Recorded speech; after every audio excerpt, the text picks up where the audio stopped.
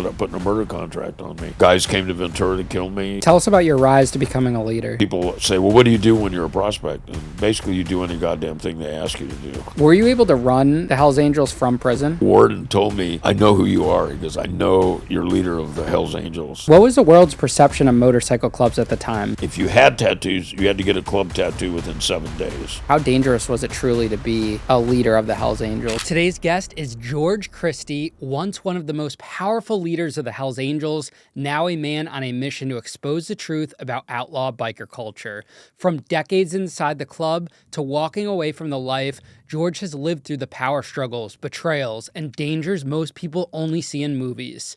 This isn't Hollywood, it's real, raw, and straight from the man who's seen it all. George, welcome to Locked In.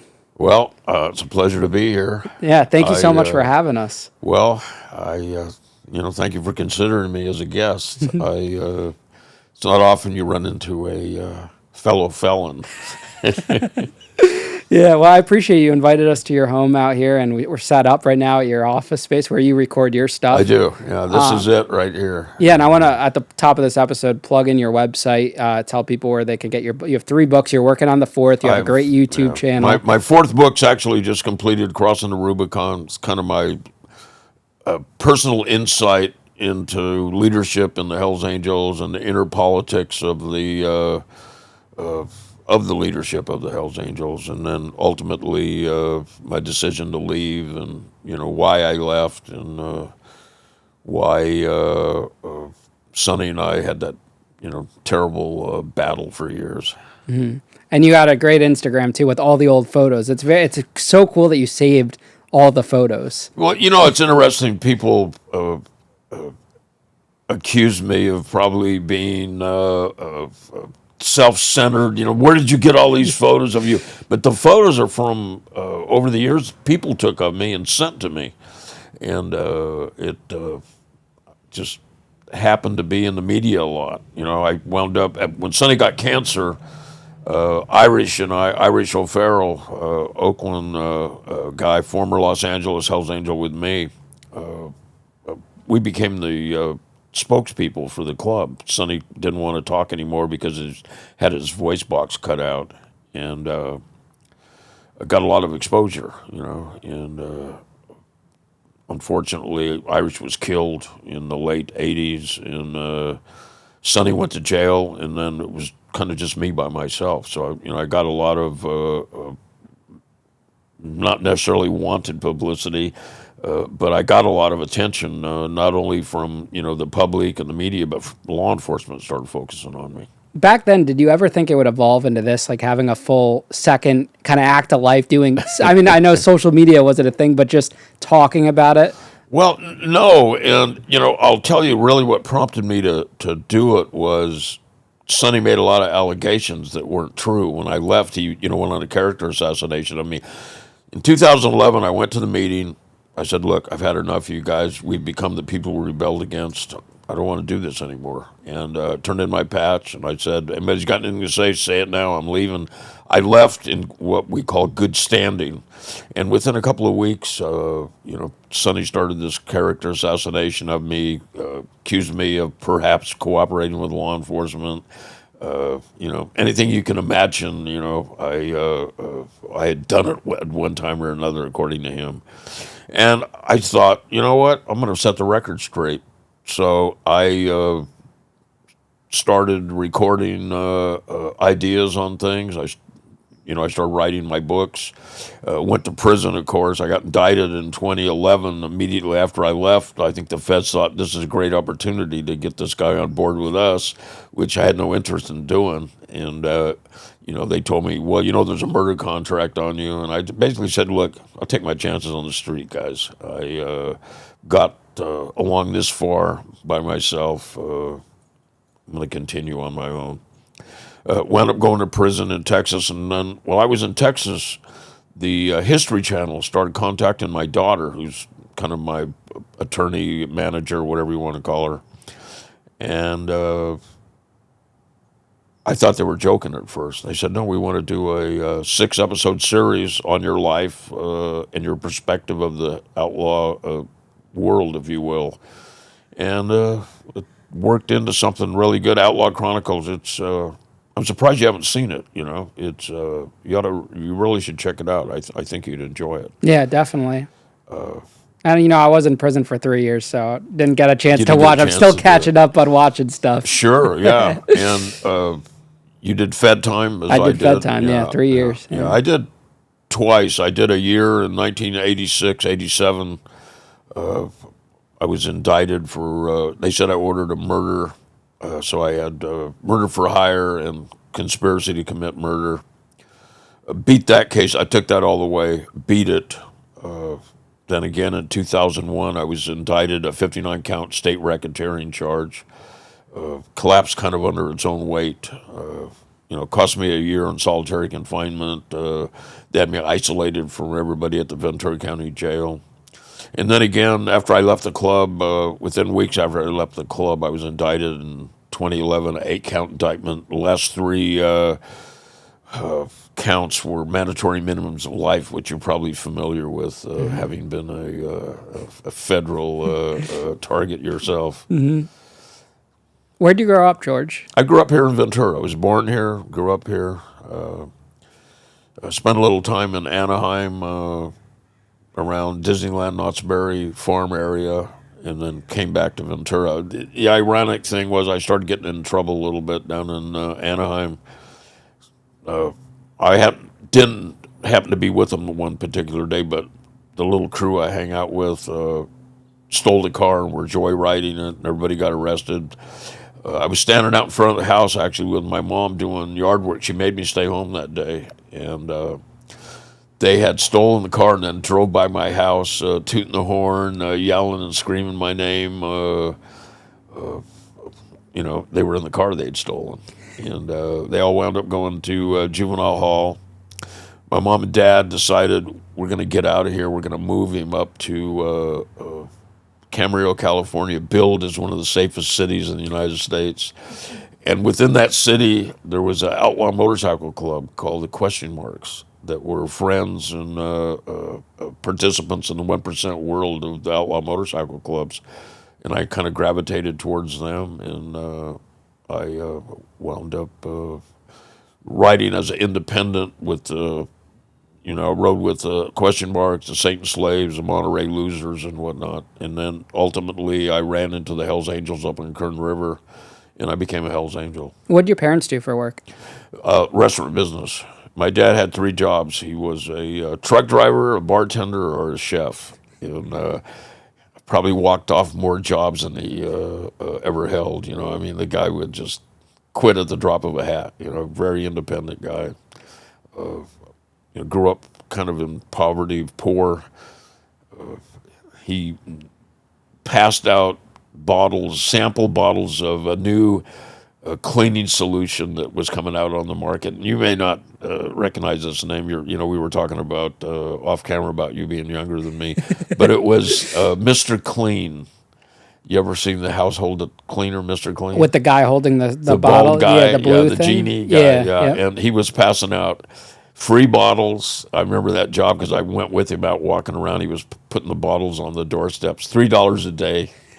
It just, crazy times for me. But what about your mom? My mom, stay-at-home mom. Worked as a seamstress, make extra money for the house. Both full-blooded Greeks. All my grandparents came over at the turn of the century from Greece. My grandmother, interesting story. She got on the boat. My grandfather came over the year before and set up shop and whatnot. Waited for my grandmother. They were betrothed to each other. They barely knew each other. She was 12 when she got on the boat. She got off the boat 13. They got married and moved to Ventura. And he was a shoe repairman. And really old hardliner guy. We used to call him the governor because his word was final. And I remember my cousin and I went to borrow some money from him. We wanted to get 2 cherry Cokes. Cokes were 10 cents.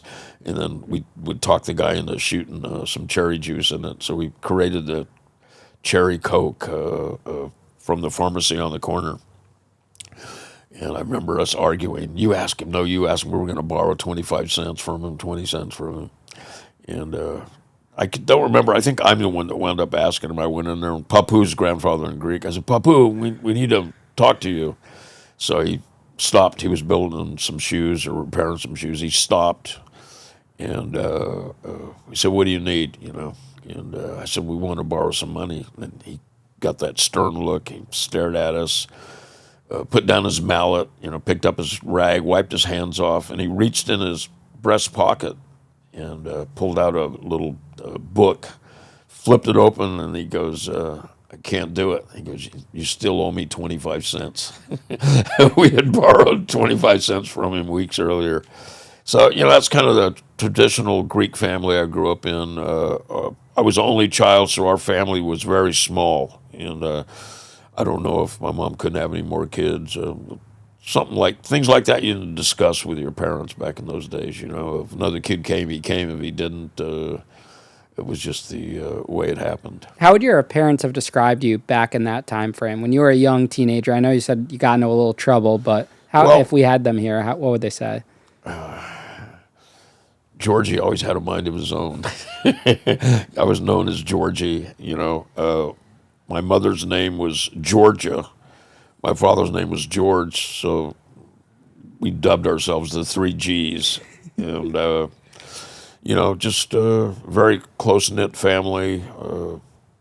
Like I said, parents are in the restaurant business. They were always gone. Kind of, I guess, what you'd call nowadays, or I don't even know if you call them that nowadays, but like a latchkey kid kind of took care of myself. My parents worked 6 days a week, and then on the 7th day, they'd go to the restaurant and clean it, and not a lot of dough, just struggling most of our lives. What were some principles they instilled in you as a kid? Tell the truth, no crybabies, no ratting. It's kind of a Greek tradition. We kept everything within the Greek culture, if you will. Like the Greeks had a lot of clout here in Ventura. They had a lot of restaurants, restaurant business. All my aunts and uncles in the restaurant business.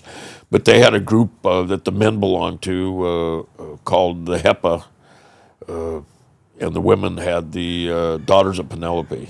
And if there was a problem within the Greek culture, they would kind of bring it there and straighten things out.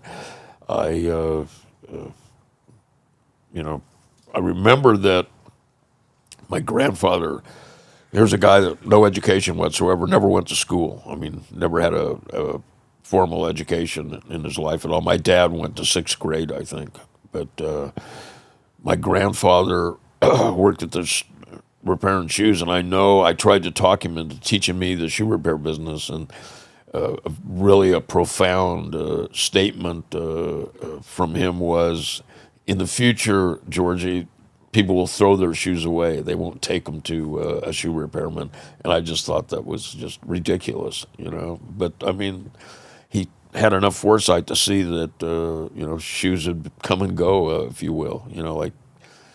I don't know how he knew that. I don't know if it was a lucky guess or if he was that insightful. But, my uncle, my grandfather's son, my mother's brother, wound up being a NASA scientist. A real smart guy. This episode is brought to you by Prize Picks. You and I make decisions every day, but on Prize Picks, being right can get you paid. Don't miss any of the excitement this season on Prize Picks, where it's good to be right. Football's rolling, and I'm back in the app building lineups in under a minute. Pick your favorite player projections, tap more or less, and you're in. For this slate, I'm locking Alvin Kamara, more on rushing touchdowns, with Spencer Rattler at quarterback. I expect New Orleans to lean on Kamara heavily, especially in the red zone. I also like Jared Goff, more on passing touchdowns. He's got weapons everywhere, and he's still dropping dimes. And I'm taking Lamar Jackson, less on passing yards. Buffalo is coming in hot and should keep the lid on explosive throws. Prize Picks is simple to play. Pick more or less on 2 to 6 player stat projections, and if you get them right, you could cash in. It operates in 40 plus states, offers fast, secure withdrawals and easy deposits, Venmo, Apple Pay, MasterCard, and more, and features injury reboot if a player leaves in the first half and doesn't return. Plus, the flex play means you could still cash even if one pick misses. Download the app today and use code Ian Bick to get $50 in lineups after you play your first $5 lineup. That's code Ian Bick to get $50 in lineups after you play your first $5 lineup. Prize Picks, it's good to be right. Do you think those principles they instilled in you at a young age helped your leadership ability when you would later become a leader of the Hells Angels? I think so. I think the fact that they got up and they went to work every day, they didn't expect anything for free. They came to this country as immigrants, a different time. I mean, immigrants were welcome back then. It's a whole different philosophy in today's modern world, but they did it the right way. Came in through Ellis Island, all became citizens. I think that the particular moral code had a lot to do with it, but I attribute a lot of stuff to the Marine Corps. I was a United States Marine. From the Marine Corps, I got in trouble in the Marines, and I was going to get court-martialed, and I kind of got out of the court-martial. I went to work for the Department of Defense, and this was during the Cold War, and at one time I took care of all the submarine surveillance systems. They were looking for Russian subs here in Southern California. On Santa Cruz Island, they had something that looked like out of a James Bond movie where they would look for the foreign subs to come in. And I had a direct line to Washington, and my job was to keep that direct line up all the time. I was a communications expert troubleshooter. In case a decision had to be made, do we shoot one of these? I worked at Point Mugu and Port Hueneme base. Point Mugu was a downrange missile testing site. They developed a lot of missiles there. Vietnam was still kind of just winding down when I went to work for the Department of Defense. But, I held that job for 8 years, top level security, and then they found out I was leader of the Los Angeles Hells Angels. Oh, you were doing that while I was a leader in the Hells Angels. So did you join the Marines fresh out of high school? Did you finish high school? I joined when I was 17. Okay. And I'll tell you what happened is I didn't get very good grades. I was dyslexic. I got in trouble a lot. I was always being a smart ass. And I got called into the office, and I got down there, and my mom and dad were there, which really was kind of unusual. And I remember Burt Killingsworth sitting behind his big desk and accusing me of cheating on a standardized IQ test. And I apparently scored very high on it. And my grades didn't add up with my progress, or whatever you want to call it, answers on the IQ test, and they thought I had the answer book, and I was confronted by them, and they were trying to get my parents to convince me to turn the book over to them before it got out within the school, and I said I didn't cheat. I took the test fair and square, and I was so mad, and I thought to myself, this is going to be polite society, how they deal with things. I don't want any part of it. And I wanted to quit and join the Marines that night.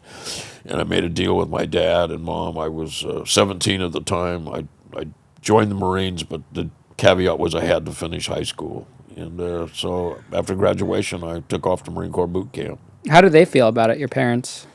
Well, I think they were worried. The Vietnam War was coming on. I belonged to an actual Marine Rifle Reserve unit, but, they were always talking about activating us and sending us to Vietnam. And never happened. But, I was in that unit for several years, and probably almost 5 years, maybe 5 years. And I remember I was thinking that I remember I was a private, and I had a hash mark on my uniform, a 4-year membership of the unit. But they found out I was in a leadership position in the Hells Angels. I don't think it would have mattered if I was a leader or a follower. They would have asked me to resign. They didn't want to. They were going to take away my top secret security clearance. What interested you in motorcycle clubs? That very first one you joined? Well, in the mid-'50s, I was down in Los Angeles with my dad, and I was standing on the corner, and a guy rode up on a chopped Harley. I don't know what club he was in. He had a Levi vest on. Something was on the back. I don't remember what. It was probably 1955, and I just thought to myself, now there's a guy that I could identify with. And he was looking pretty cool, and the commotion he made without even doing anything, I mean, he really impacted people. And I think I had some anger about that accusation that I cheated on that test, because basically what they were saying is, George, you did great on the test, but in reality, you're stupid. So how did you do it? You had to have the book. So I think I was a prime. I found this on the web for how do you know you have to have a book. Check it out. Matt hit the Siri. Matty Ice hit the Siri. Yeah, picked up that. Well, were they talking to me? They were listening in. Everyone's listening. I have everyone's attention, so I'll continue. So I just felt like that lifestyle was perfect for me. Like I said, I was getting in trouble in Anaheim. They moved up to the city of Camarillo, the safest city or one of the safest cities in the United States. And there was an outlaw motorcycle club there, just out in the outskirts of town. And I wound up, jumping in with both feet. What was the world's perception of motorcycle clubs at the time? Well, the Lynch Report had just come out in 1965. The Lynch Report kind of came out in conjunction with the Hunter Thompson's Hells Angels. And I think they had a perception of us being rebels, outcasts. The movie, The Wild One with Marlon Brando and Lee Marvin had come out. And, the Hollister event had taken place in 1948, and I think there was still aftermath of, or fallout, whatever you want to call it, of these rebels running around on motorcycles. But, the truth is, most of these guys were veterans coming home from the war in the late 40s. They were either in the Pacific theater or the European theater, probably suffering PTSD, undiagnosed, and these guys didn't fit in. And, they started gravitating towards motorcycles and starting these little bike clubs. And, you had the Booze Fighters, the Pissed Off Bastards, 13 Rebels, a lot of different little clubs starting up. Back then, was anyone even throwing around the word gang? And I know that's something you've been vocal on, that you didn't look at it as a gang. No, it wasn't a gang. It was a motorcycle club. It was a club. It was a riding club. I mean, did you see the movie The Bike Riders? Mm-mm. You should see that movie. You got to give me a list when we leave here of everything I got to watch. I'll give you a list of must-sees. But The Bike Riders, very interesting movie. And it really shows the transition that the club itself and the members, what I liked about it was the perspective of the members kind of going, what's happening to us, because I went through that transition myself. I went through 1966. I kind of stepped into that world very cautiously. I ultimately got into the club in the mid-'70s, and that was a real tough time. I don't know if you're familiar with it, but, a lot of people refer to it as the Purge of the '70s. There was a lot of infighting in the club, a lot of unsolved murders attributed to what they called in-house cleaning. I think it started with, I usually use the reference point of Terry the Tramp's was given a hot shot. And I don't know if you know who Terry the Tramp was. Terry the Tramp is a very famous Hells Angel. If you see Hells Angel 69, kind of steals the show. And the rumor was that Sonny wasn't real happy with him. They were both in the movie together. Terry kind of stole the limelight. And all these Sonny supporters out there now are cussing at me. How dare you talk about Sonny in that matter? But it's the truth. I mean, he had some problems with Terry. Terry got pushed out of the club, and within weeks, Terry was dead from a hot shot. You know what a hot shot is? No. Hot shot is when people intentionally give you some narcotics that will OD you. And he was given a hot shot. And I know this for a fact because I know who gave him the hot shot because he told me he did it. 1978. It's in my book, Outlaw, Riding Through the Storm. That he gave Terry a hot shot, and there's another gentleman. He never admitted it to me, but he's supposed to have been with him. If you can read my book, or you can read George Weathern's book, Wayward Angels, I think the name of it. Are you familiar with the graveyard up in Northern California where they were dumping bodies in the wells? That I heard of, yeah. Yeah. It all kind of stems around that particular time frame. But, I lived through the purge of the 70s. We struck up a couple of wars. Not only was there internal conflicts in the Hells Angels, but we wound up fighting the Outlaws, who's out in your neck of the woods, I think. We also were fighting with the Pagans, although it was kind of we just didn't like each other. The Outlaws thing was very serious, a lot of deaths. And then in 1977, the war with the Mongols broke out here in Southern California. And, that changed the whole dynamics of the outlaw motorcycle culture. It was a live and let live type world. Back in the early days, like in the 60s and 70s, you see another outlaw bike rider, you wanted to talk to him because there wasn't that many around. And you want to look at his bike, you want to talk to him, you want to find out what he did to his bike, what innovative ideas he's come up with. It was cool, to run into somebody. Nowadays, you run into somebody, you wonder if you're going to get in a gunfight with them or not. I'm still writing, and I'm out there. I'm meeting people all the time, and now as an independent, it's a whole different experience for me.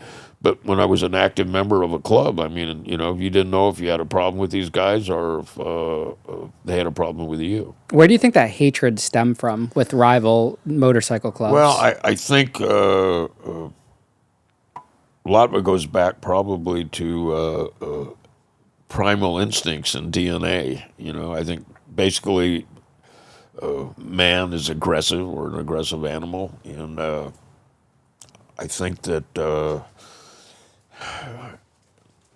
outlaw motorcyclists are a reflection of society, and I mean, look at society in itself. I mean, today, who was that guy? I can't think of his name.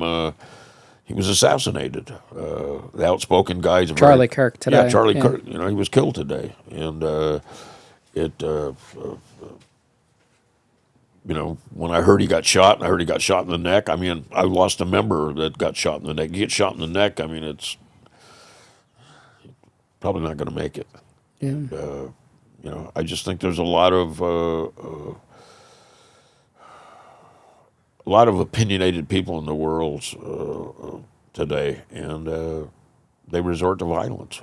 It's kind of an instinct, I think. Do you think these rivalries could have been avoided? With other bike clubs? Yeah. Well, yeah, because when you go to prison, I went to prison in 1986.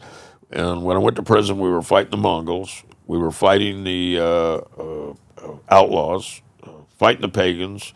Our relationship with the banditos wasn't the best. And when I got down there was a senior member down there, a leader, Guy Castiglione. I don't know if you've ever heard of him. A very serious guy. He was in there for killing 2 Mongols. He was doing time in the feds. And so when I got there, I said, who do I have to look out for? Who's down here? And he laughed. He goes, we don't fight in prison. And I said, what do you mean we don't fight in prison? He goes, outlaw bike clubs don't fight in prison. We've got kind of an understanding. It's a neutral situation. And when I left there in 1987, like I said earlier, I beat that case. And when I came home, I thought, if we're not fighting in prison, why are we fighting on the streets?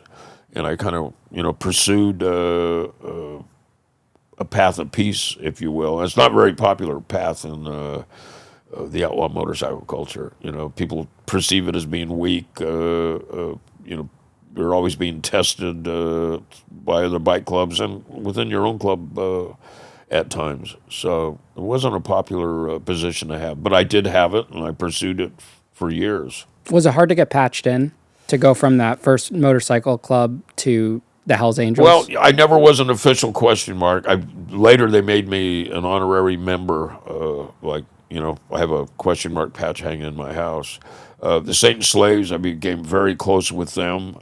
Misidentified by law enforcement they thought I was a full-fledged Satan Slave member.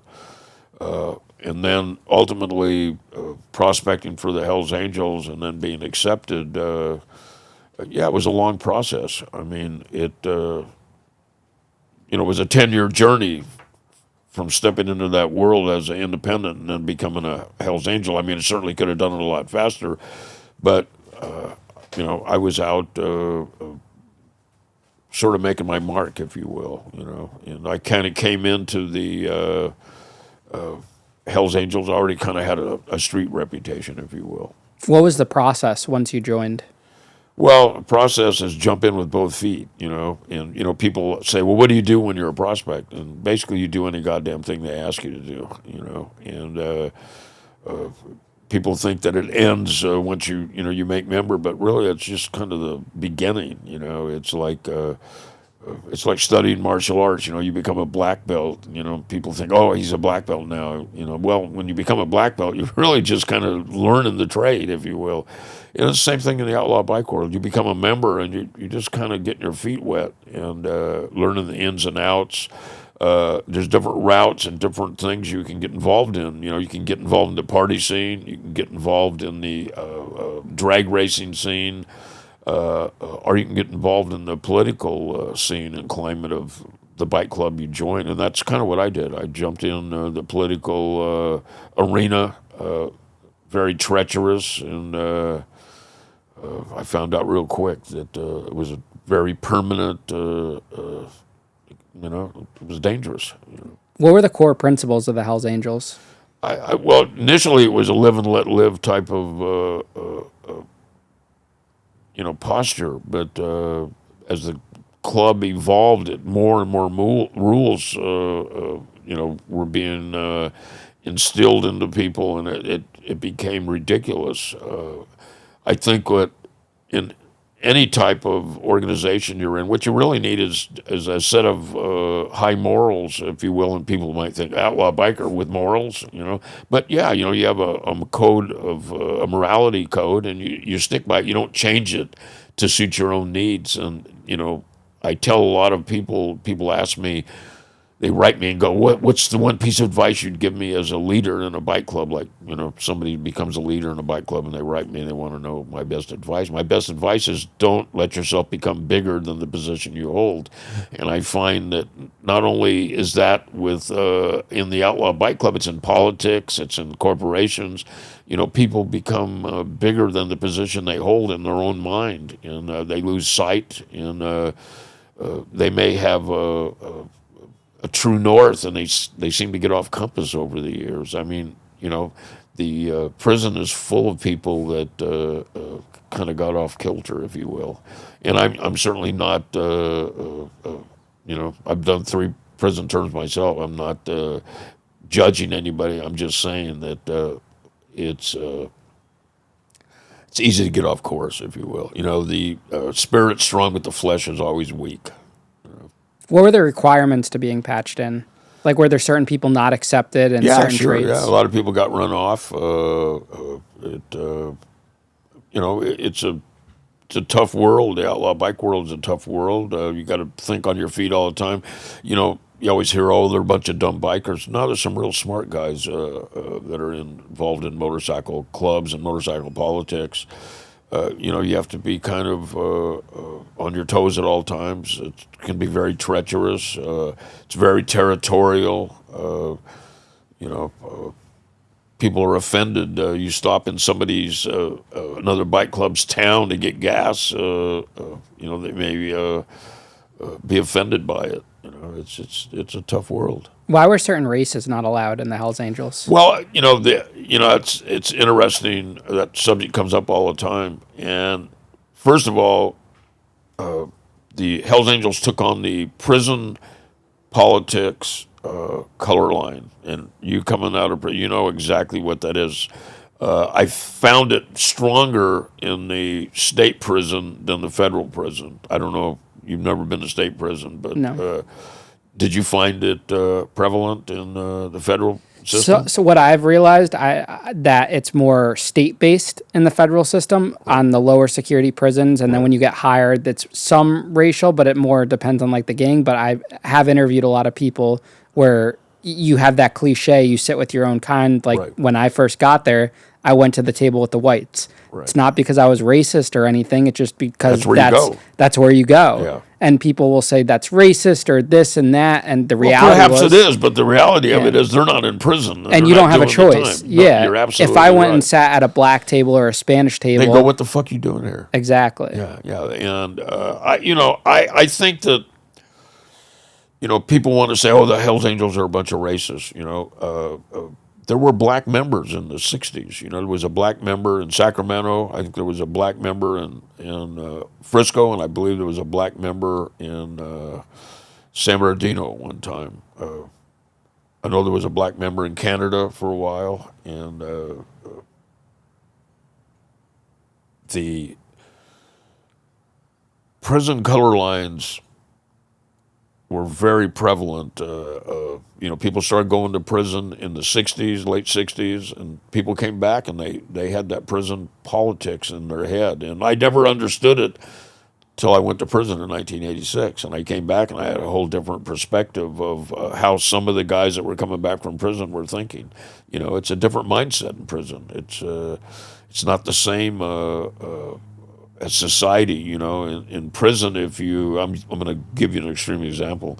In prison, if you cut in front of somebody in the chow line or the commissary line or whatever line, the phone line, you may wind up getting stabbed, and you can't get away with that in Vaughn's. If somebody cuts in line in front of you in Vaughn's, you don't get away with stabbing them.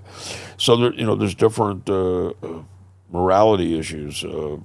I think that it's pretty self-explanatory. I mean, you sink or swim as soon as you get there, and the dynamics of prison seem to be watered down a little bit. From when I went in 1986, it was the golden era of the federal system, if you will.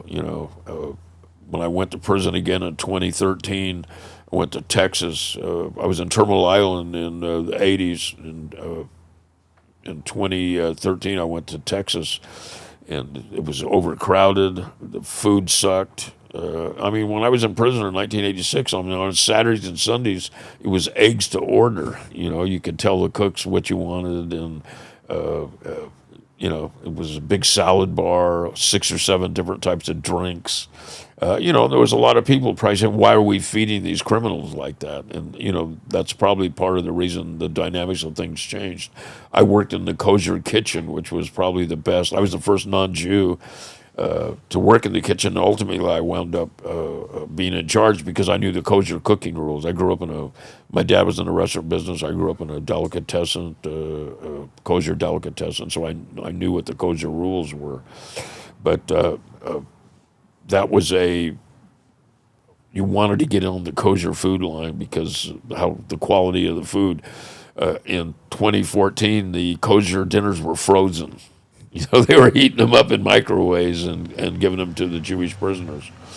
But Yeah, I remember guys in prison would sign up with the rabbi yeah, for that because whenever there was a bad meal, they'd grab the frozen meal, which was a lot better than whatever they were serving. right. There were certain meals I would refuse to go to. They were just terrible. Yeah, some of the meals, you'd get.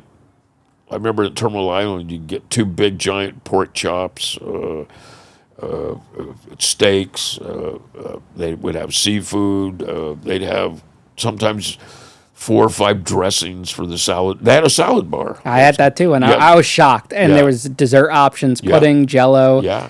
and then the soda fountains. Because I went from a detention center with nothing to Right. this. Yeah, you went to where they had the machines. And all Yeah, that like stuff. 7 different dispensers, a milk dispenser. I Right. was like, we just didn't have the eggs. They got rid of that by the time I was there in 2016. Right. But I did hear stories that you could get eggs to order for breakfast. Yeah, you could. And some prisons have the bakeries, because I worked in the Well, bakery.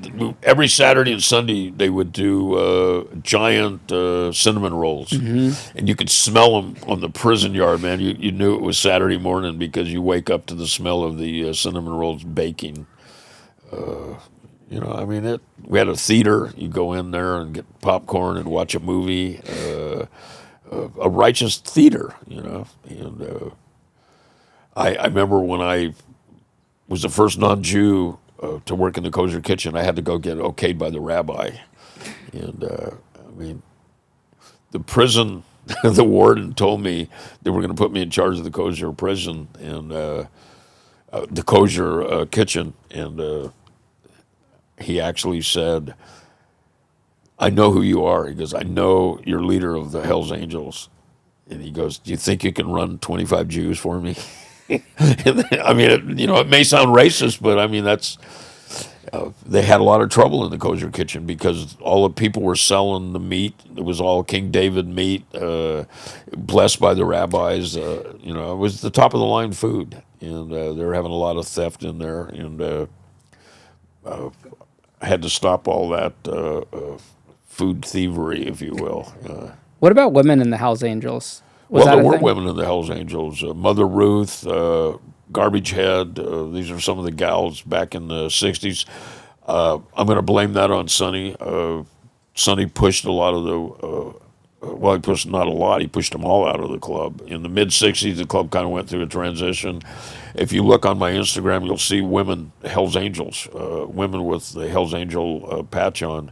Probably the most famous was Mother Ruth and probably Garbage Head. And Garbage Head actually had the small death head tattooed on her back. And I remember the Satan slaves were so bummed when they pushed the women out. I remember one of the Satan slaves told me how much he missed Garbage Head. And he had kind of a tear in his eye, if you will, talking about the old times. But Mother Ruth was the secretary of San Bernardino. I mean, there's notes. There's a guy out there that has Outlaw Archives has, I think, written minutes by her. I mean, she was a member. Why would they push the woman out? Why'd Sonny want the woman out? I don't know. You have to take that up with Sonny, but there's a lot of things I don't know why Sonny did what he did. But now all the Sonny supporters are mad at me again. I just had somebody write me really cavalier on I forget one of the platform, YouTube maybe, want to know when was I going to let Sonny rest in peace? And my answer is never. He started a fight with me, and it's not my fault he died. That's on him. Now, when you joined, was he already the Yeah, leader? he was a figurehead. He was in prison, but he was the voice of the Hells Angels. He had taken the Hells Angels, taken the power from Southern California, from San Bernardino, changed the center patch to more something his liking that artistically he had somebody designed for him. He was a powerhouse. I mean, but he wasn't that sophisticated, and old school guy. Perhaps didn't see the bigger picture. There was a lot of things I wanted to do within the club. I felt that our patch was a very, very powerful brand. Hell's Angels is one of the most recognized brands in the world. And, now they're having problems with people in Europe selling patches, selling membership. I don't know if you're aware of all this stuff going on, but, in the old days, we used to joke, we didn't take people to court. Everything was settled out of court settlements. Somebody was doing something with our patch or our name. We'd send 4 or 5 guys over there and threaten to leave animal there if they didn't understand what we wanted them to cease and desist with. But things change. you have to change with the times, if you will, or you bend or you break. You have to bend a little bit sometimes. But I mean, the patch, all the intellectual property needs to be protected, no matter what club you're in. But it's very difficult nowadays with the internet. Where do you find these guys? You got somebody sets up a site and he's selling memberships. There's 4, 5, 6 sites using my name, and people think they're conversing with me. I had some guy write me and ask me, "Did I just buy your motorcycle?" And I go, "No, you didn't buy my motorcycle." Apparently, he bought put $1,000 down payment on supposedly one of my motorcycles that was going to get sent to him. And people are understanding. They realize that let the buyer beware, but. I'm not responsible if they're foolish enough to think they're buying a membership into the Hells Angels over the internet. I mean, come on, man. It's an Outlaw Motorcycle Club. You're not going to buy membership over the internet in the Mongols, the Outlaws, the Hells Angels, the Banditos, the Pagans, whatever club it may be. The Vagos, you can't buy membership over the internet. There's got to be people, though, at the time that were just wearing the brand, the patch. How would you prove that they weren't actually patched in? Like, well, you'd be surprised. People were very communicated really a lot. When I first got in the club, there was Hunter Thompson's book had just come out, Hell's Angels, and on the cover of that book was a patch. Well, there was a guy, Chuck the Duck is what he called him. That was his club name, he said, and he was a fake. And we took the patch away from him, beat him up and took the patch away 2 times from him. Old man John would send, I was one of the guys that went out looking for him. We had to find Chuck the Duck. And that's how we settled it. We knew Chuck the Duck was not a member. I mean, because we knew everybody in California. As the club's gotten bigger, I have people now write me and they tell me they're Hells Angels. And my suspicion is they're not Hells Angels because, first of all, I'm out bad from the club and they're not allowed to interact with me. So, when they write me, I say, you're breaking the rule right now by writing me. And, I met some Hells Angels in Spain, and they basically said they didn't take their orders from Sonny. They took some pictures with me and talked to me. Were they real Hells Angels? They didn't have their patches on, but they claimed to be real Hells Angels. Were they? I don't know. It's hard to keep track of all that stuff. But the club has an intricate email system where when they keep track of people. Somebody's professing to be a Hells Angel, they can get away with it, but only for a short envelope of time. Now, you were required to get a tattoo once you were officially patched in? Well, if you don't have any tattoos, this is the way it worked back in the old days. If you had no tattoos, you didn't have to get a tattoo. If you had tattoos, you had to get a club tattoo within 7 days. But that's probably a rule I've never even talked about on the air before. So you're getting an exclusive on that. And what would happen if you didn't get it? Well, you'd get it. They would do it one way or another? Yeah, I mean, they're going to kick the shit out of you and kick you out of the club. I mean, you work hard for that Hells Angel patch. If that's a rule, you're going to adhere to it and, with a smile on your face. Why not make the guys with no tattoos get one then? Because somebody might want to, be incognito. He may want to be able to move within circles that you may not be able to move in having a tattoo, Hells Angel tattoo on you. You could go somewhere and try to infiltrate somebody. You'd be surprised that things got pretty sophisticated, especially with when we had problems with other clubs. I mean, people would move to somebody's town and, we do a lot of counterintelligence work. Back then, there was a lot of guys that were ex-military in the club. I don't know about nowadays how they proceed with things. And the world's different. I mean, you can find out who somebody is immediately. Like we were talking about, you're a new prisoner in the prison. All you got to do is get the guy's name, information on him. You go over to the phone and call home and say, hey, look this guy up on the internet. Is he a child molester? Is he a rapist? Is he a drug dealer? You know, what's this guy's story? Why is he here? I mean, back in the old days, you know, people would play that, oh, my paperwork isn't here, but I'm a bank robber. Their paperwork sometimes would never catch up with them. When you joined, did you know that there was like a violent criminal type aspect to these clubs, or what, did that not exist in the beginning? You know, it's interesting. The end of my new book, I'm pushing my book again. I'm not doing it intentionally, but I'm speaking honestly. At the end of my book, I have this realization of, you know, where the club is and what they've become. I'm not going to say it now, but in the mid '70s, like I was talking about the Purge. I mean, when guys start getting clipped, you know, you start wondering, well, what's going on? You know, you go to Harry the Horse's funeral up in San Francisco, and then you're watching the funeral on TV. At the end of the day, I'm in the Frisco clubhouse watching the funeral on TV, and then the announcer gets on there and says, well, law enforcement said Harry's murder was an, you know, in-house murder. And it makes you go, oh, you know, I've ridden all night long to go pay my respect to Harry the Horse, the president of San Francisco.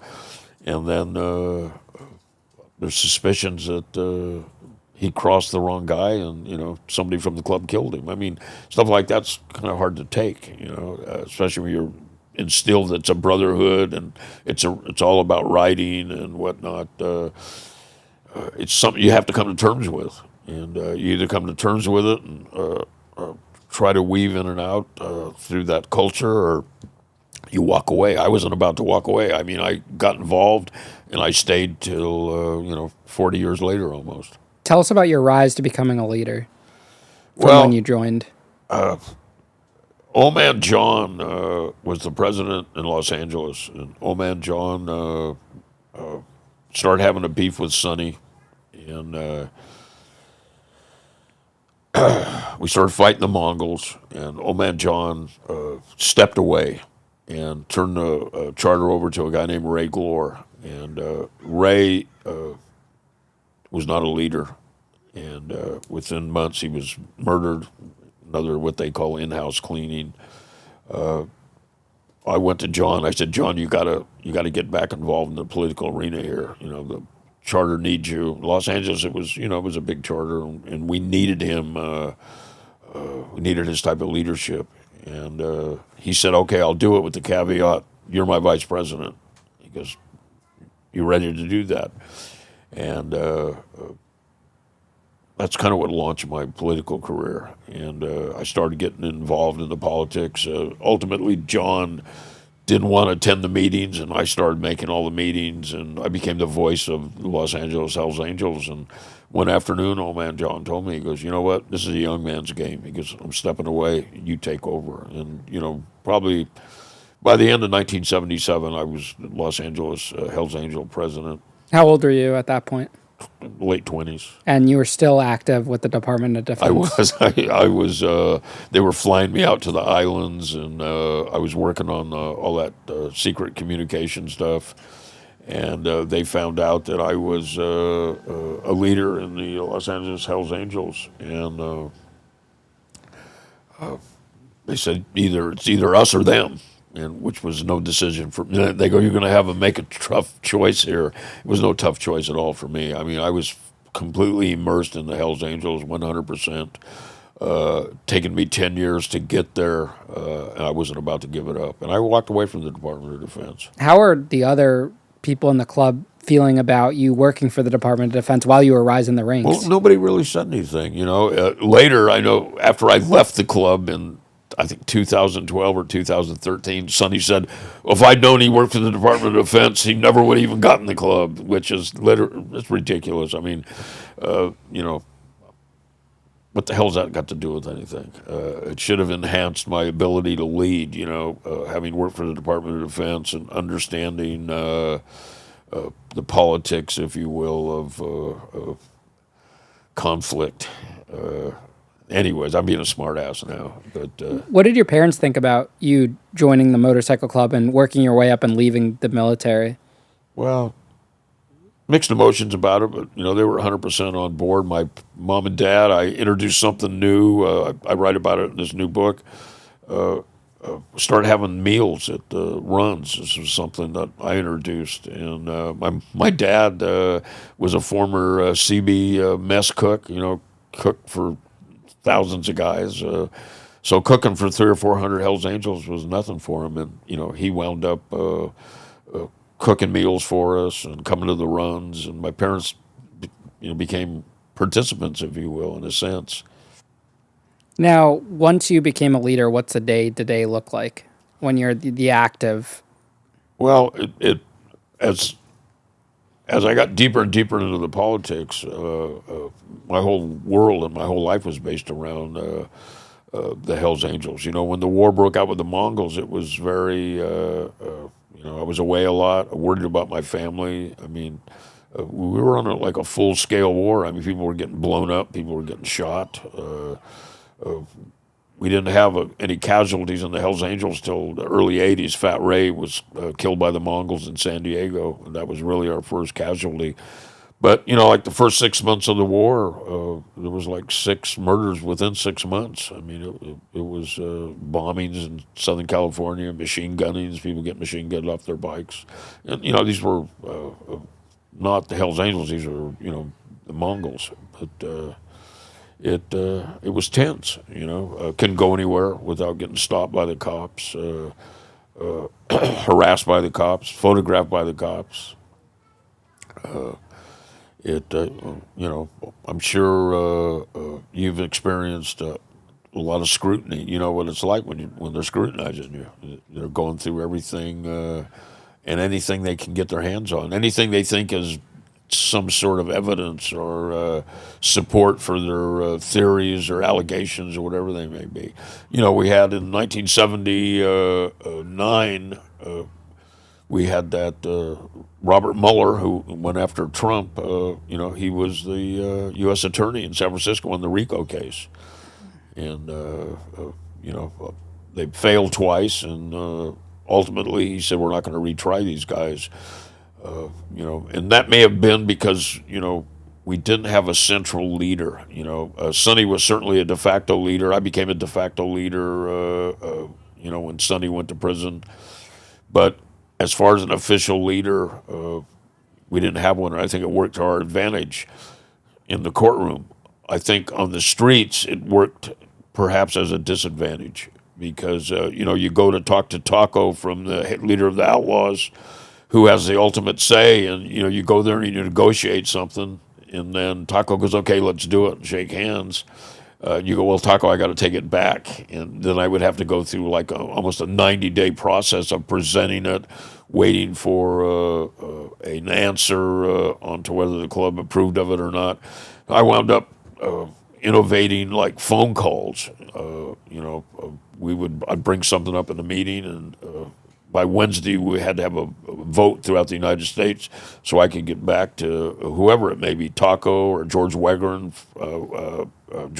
from the Banditos, a Mongol, Little Davy, or whoever it may be. Okay, this is our position as a club.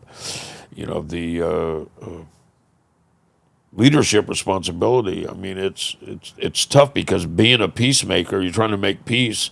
A lot of people think peace is a sign of weakness, and it's like these wars that they have no political agenda. I mean, they're just wars for just to fight.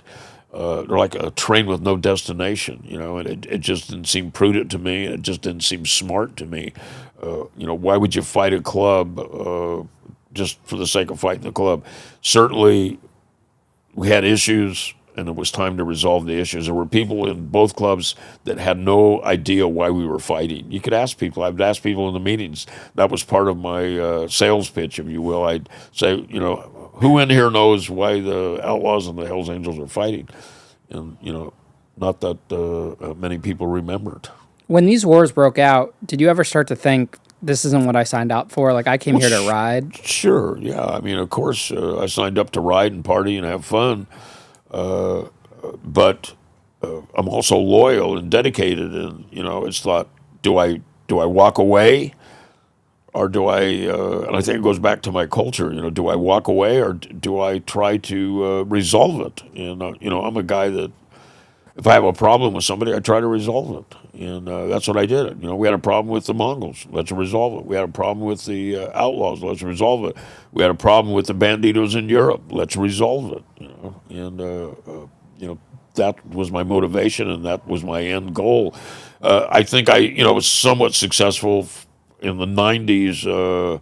Had negotiated a ceasefire or amnesty on violence with the Outlaws, the Mongols, the Banditos.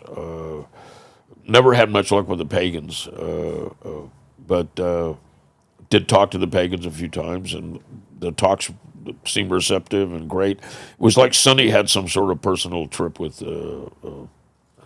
the pagans. Him and Lou, the guy that started the pagans. I don't know if something that we didn't know about or behind closed doors, but we had a good run for all through the '90s, and then it kind of blew up again. And the end of the '90s, Talkwood put a hit on me to have me murdered. That became public during one of the outlaw racketeering trials, RICO trials. And then we had the shootout in Laughlin with the Mongols.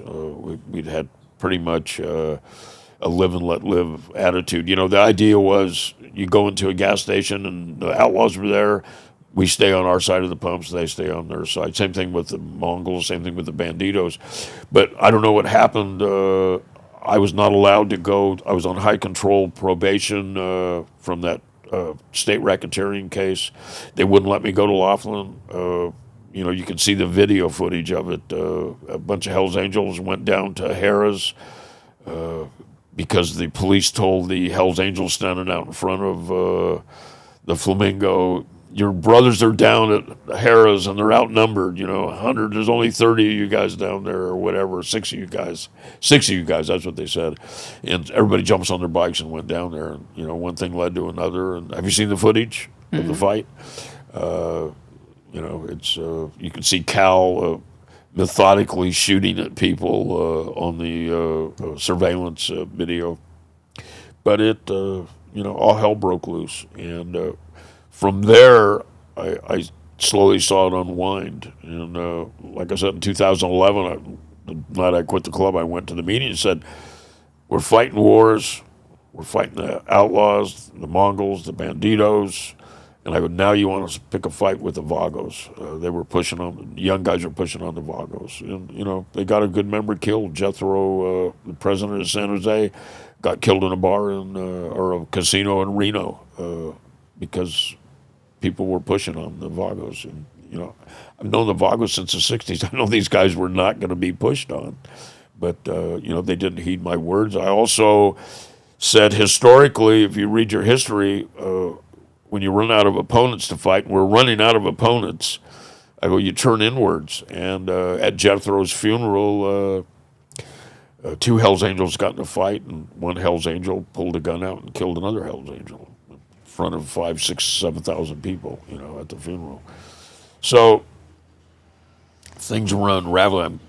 I've lost focus on what I was saying, but I covered a lot of ground fast. But I didn't sign up for the wars. I signed up to ride, I signed up to party, and I signed up to have a good time. And I was hoping at some point in time we could get back to that. But by 2011, I decided I don't think it's going to happen. Now, is being a president a paid position? How are you making income at that age? Now you sound like my mom. My mom asked me that. It was in the, and I'm not saying ask my mom, but there was an article in the Los Angeles Times that said that I received the same payment the president received of the United States. And I don't know where they came up with that figure or where they came up with that posture. But I said, no, Mom, I don't receive any special salary from being a Hells Angel. No, you don't get anything. In fact, you probably wind up losing money Everybody wants to borrow money from you. You wind up paying for a lot of stuff on the road. But I didn't mind. I mean, it was promoting the club, pushing the club forward. I made a lot of money, I think, from the position I held and the publicity I received. I had a tattoo shop, I had a concert promotion business, I had a bail bonds company, I had a T-shirt company. I was administrator for my daughter's law office. I had my fingers in a lot of pies. Tell us about the power that comes with being the president of a club like the Hells Angels. Well, it wields a lot of power. I think if you, you read on the internet, if you can believe anything the internet says, but, it claims I was the most powerful political person in Ventura at one time. I had more power than anybody in the town. And we did run the town. Hells Angels Ventura ran Ventura with an iron fist. So, you get a lot of cachet, if you will. My tattoo business was incredible. And, there was a rumor that, and it got me in trouble ultimately, but there was a rumor no one else could have a tattoo shop in Ventura. Did I put that, saying out there? No, but people created it in their own minds. Did I dispel it? No, I never said a word about it. People would ask me, they'd come to, talk to me about, I want to set up a tattoo shop, and I wouldn't talk to them about it. I'd refuse to converse about it, which probably, alluded to the rumors, maybe, I don't know. But there's a lot of power that comes with that position. When you're in the media a lot, I was in the media all the time, and people hear you're a powerful person, and they read about it, and they start thinking you are. Perception perceived, perception achieved, if you will. I don't know if that makes any sense, but it's the world is going through a transition. I mean, we've got a president now how many felonies does he have? 34 felonies, or I don't want to get into talking politics, but the whole world is different. It's a different world we live in. I mean, think back about the '60s and where I started, and you mentioned that earlier, and where we're at now. I mean, it's been a long, as my old friend Jerry Garcia would say, it's been a long, strange trip. It really, really has. What do you think was the most dangerous position you've ever been in as a Hells Angels member? At the end of my tenure, one of my members got murdered, and then one of Sonny's men got murdered.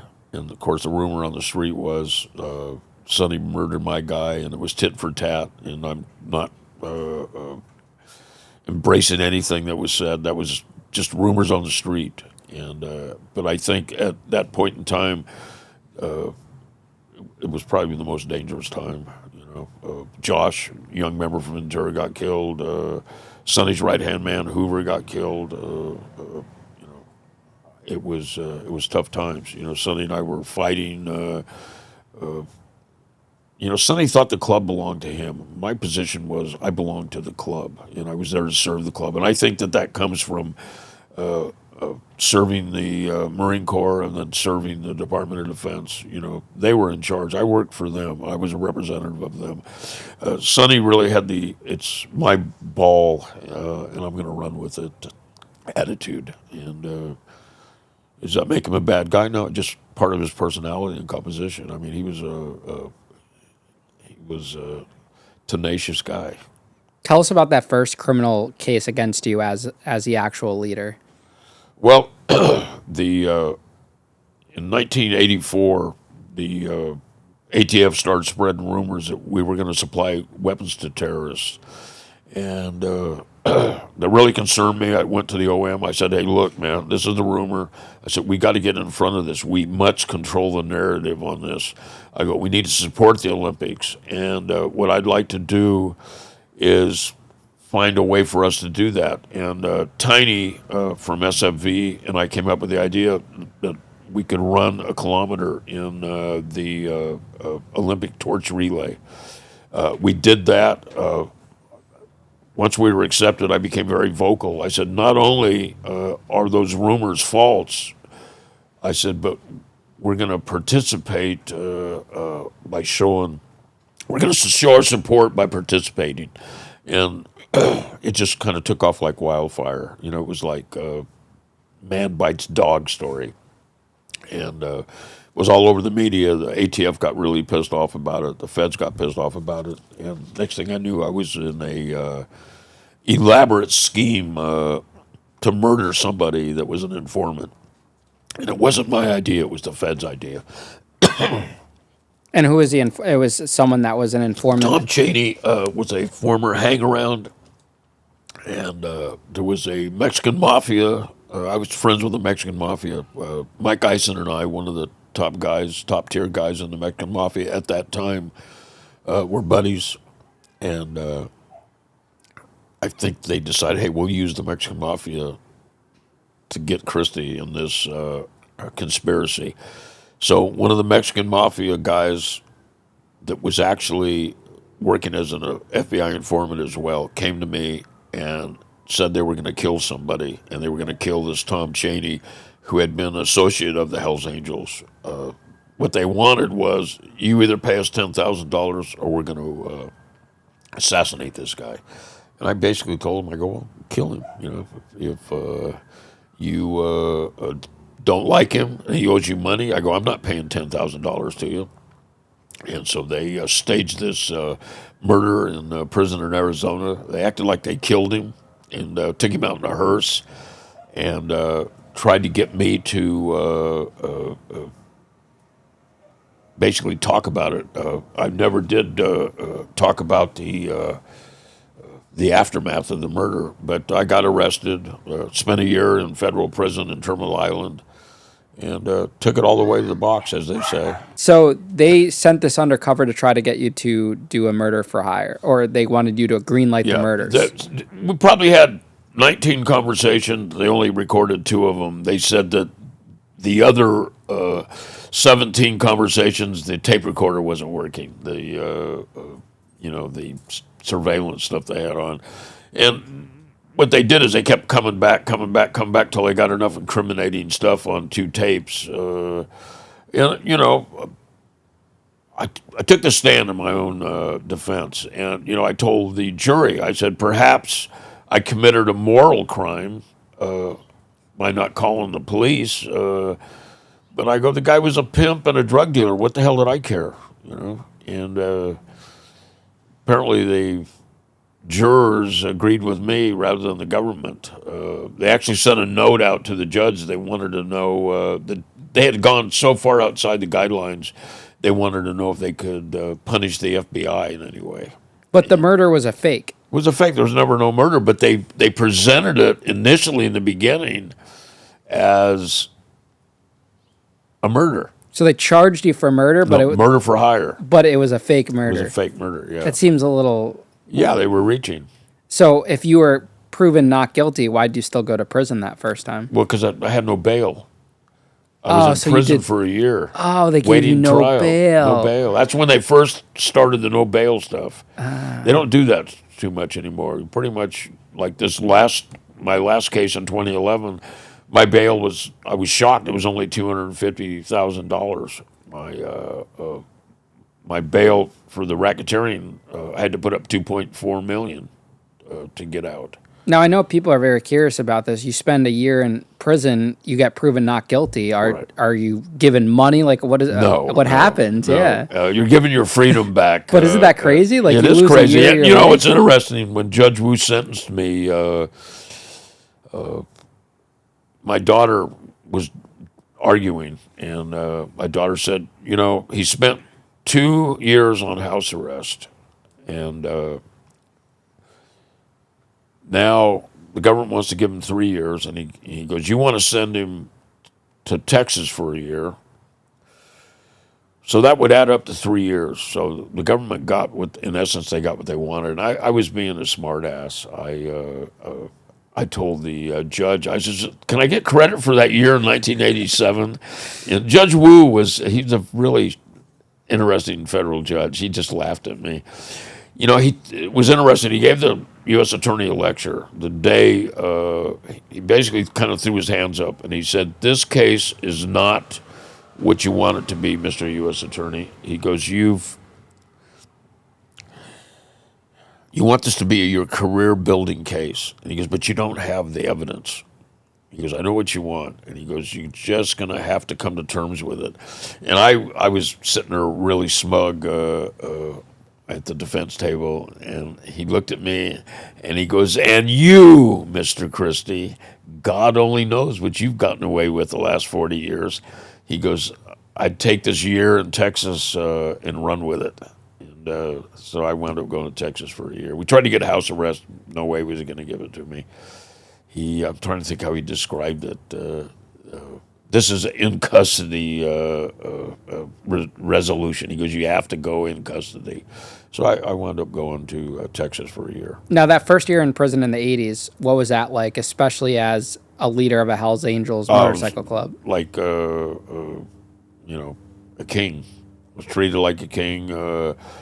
All the different groups that ran the prison, and you're familiar with that. They all treated me like a king. And, I had once I got in there and got situated at best living conditions, I wound up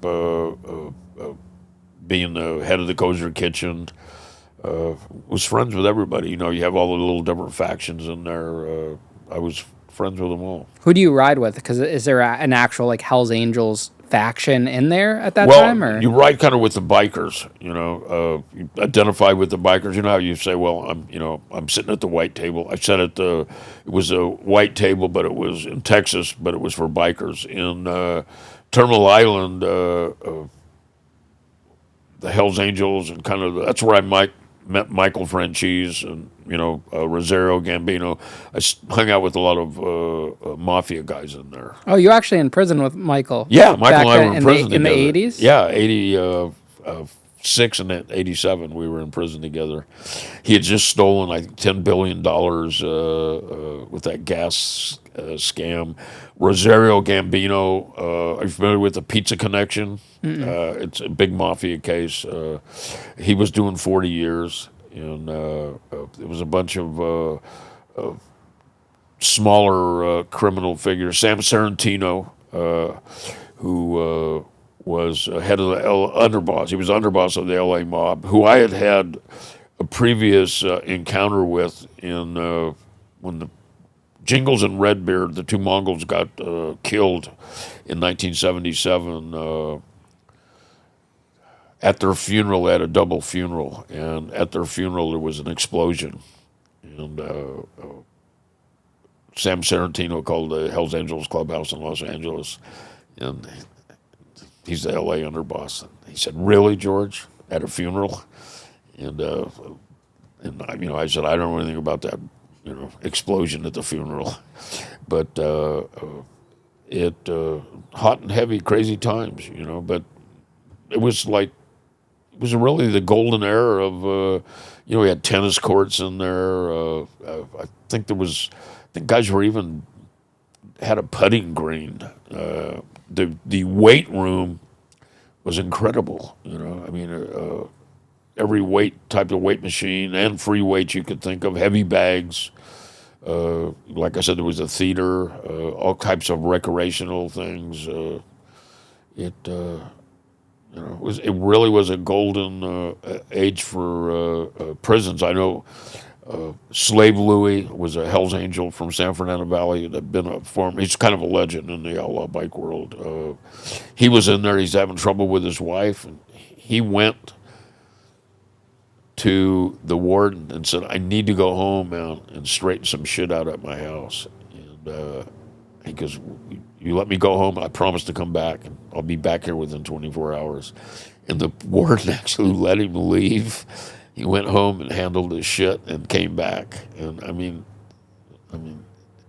that ain't happening nowadays. So now you said all the motorcycle club guys kind of stick together in prison, They even did. rivals. How would that Yeah, work? yeah. Well, we just didn't fight with them. So you put your differences aside put our in differences prison. aside. That's why I came out of there with the thought that we could end these conflicts.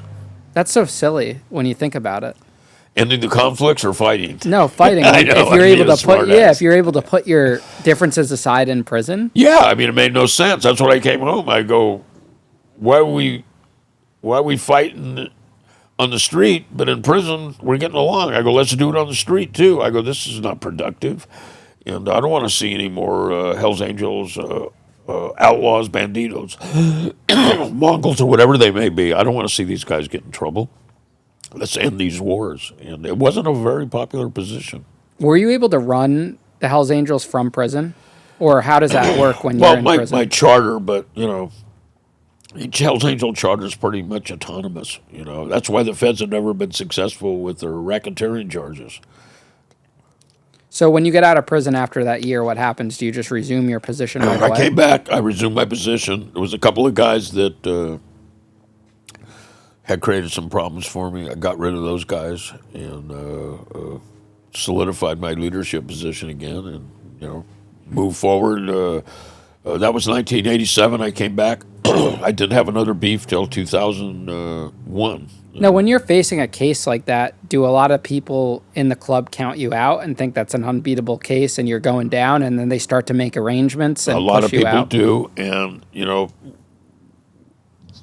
traditionally the way it worked was if somebody got indicted and they were in a leadership position, they usually stayed in that position till the case was concluded. That way, you don't have the government pretty much controlling the political direction of the Hells Angels or any bike club for that matter. If every time you indicted somebody, they had to step down from that position. I mean, you basically have law enforcement controlling the politics of the club. So, like, I remained leader of the club. Came back, I was still in the leadership position. The same thing in 2001. I was fighting that case. I remained leader of the club. And when I came back in 2002, I just stepped right back into that leadership position. In 2011, if I had made a deal and taken a plea bargain and gone to jail, I would have stepped down from that position. Certainly would have tried to retain it when I came back. Guy Castellone, I mentioned him earlier. He went to prison 2 or 3 times. He was the San Diego leader, a very powerful guy. And anytime he went to prison, he stepped down. When he returned, he regained control of his leadership position. So tell us about that case in 2001. Well, there was a Navy airman, Air Force airman that stole like 1 million Vicodin from a Air Force base, and they wound up in the possession of my son, Little George, and some other Hells Angels, and pretty much controlling the Vicodin market here in at least Ventura County, perhaps Southern California. And they indicted like 30 guys. They tried to drag me into it, and they just didn't. They didn't have the evidence, and they charged me with 59 counts. And basically, the counts collapsed. The indictment, it collapsed under its own weight. They put so much emphasis on all these little petty charges that it just didn't look like they had the goods to take me to court and win. They brought in a new lawyer from Los Angeles area to try the case. They didn't have any. They wouldn't want to admit it, but they didn't have any lawyers with the ability to try a case like that. They brought a guy in, and the guy started looking at the case, and he's the one that basically ended the case. He goes, "You guys can't win this case because you've got informants that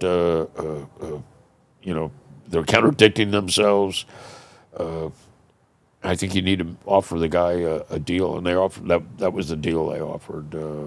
Drop all the charges. I plead on a conspiracy to steal Vicodin out of the Air Force base and a tax charge. They said I owed $200,000 in back taxes, and I pled no low contender, so I would get a audit, and at the end of the audit, I owed $1,100. And this was a state charge for State this? charge, state racketeering. And you ended up serving time for this? I stayed in a year, and I got time served, and they ended the case. They dropped all the other charges. Were you treated differently in state prison as a Hells Angel? I was in solitary confinement the whole time. Why'd they put you in solitary? Well, they said they didn't want me trying to control the prison population in there.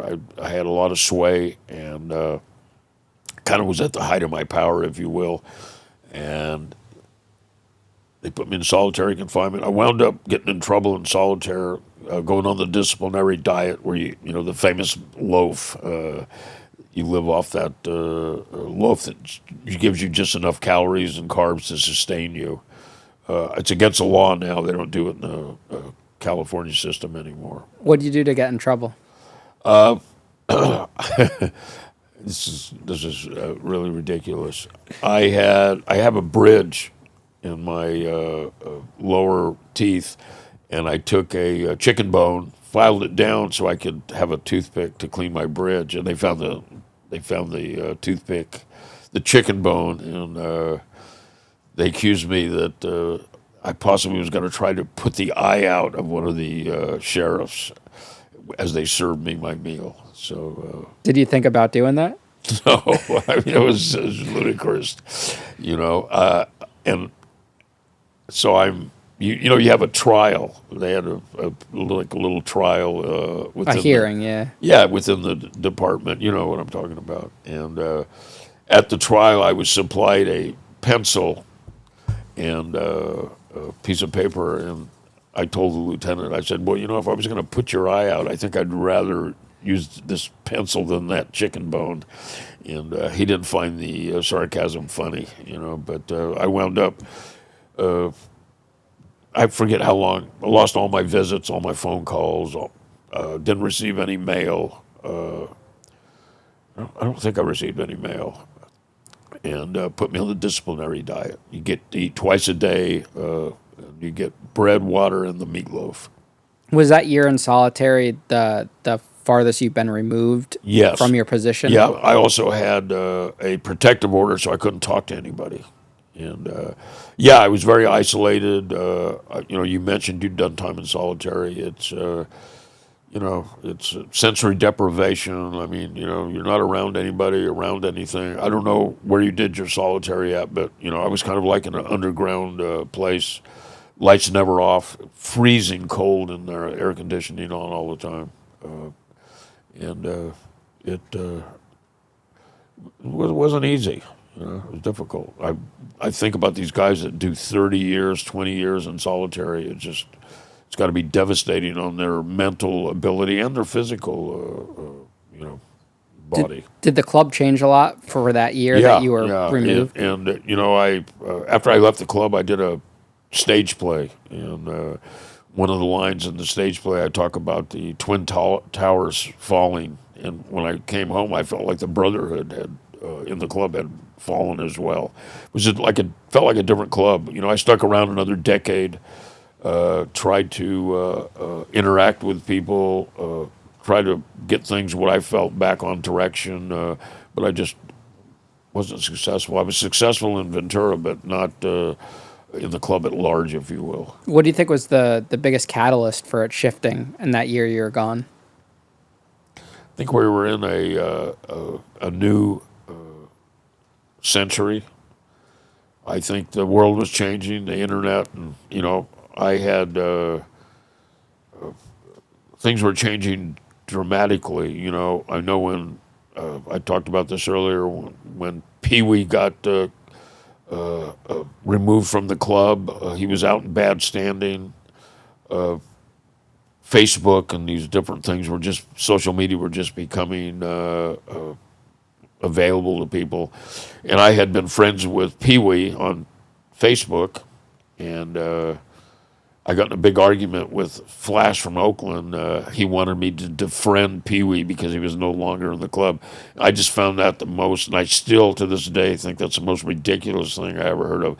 Here you've got a group of what's supposed to be the toughest and baddest outlaw motorcycle club in the world, and they're arguing about whether you can be friends with somebody on Facebook. I mean, it was actually in the officers' minutes. I mean, it was ridiculous.